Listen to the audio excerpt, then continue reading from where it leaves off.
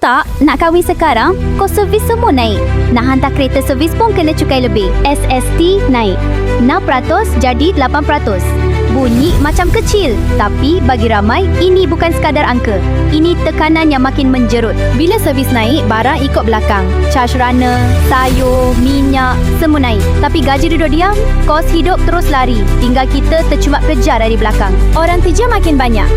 Siang kerja hakiki, petang freelance, malam buat COD. Tapi simpanan tetap kosong.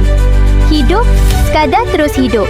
Ada pakcik umur 70 tahun baru mula jadi rider Grab.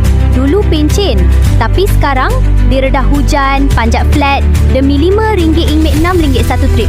Duit pencen tak cukup. Siang malam rakyat kejar kerja, tapi tak pernah cukup. Simpanan habis awal bulan.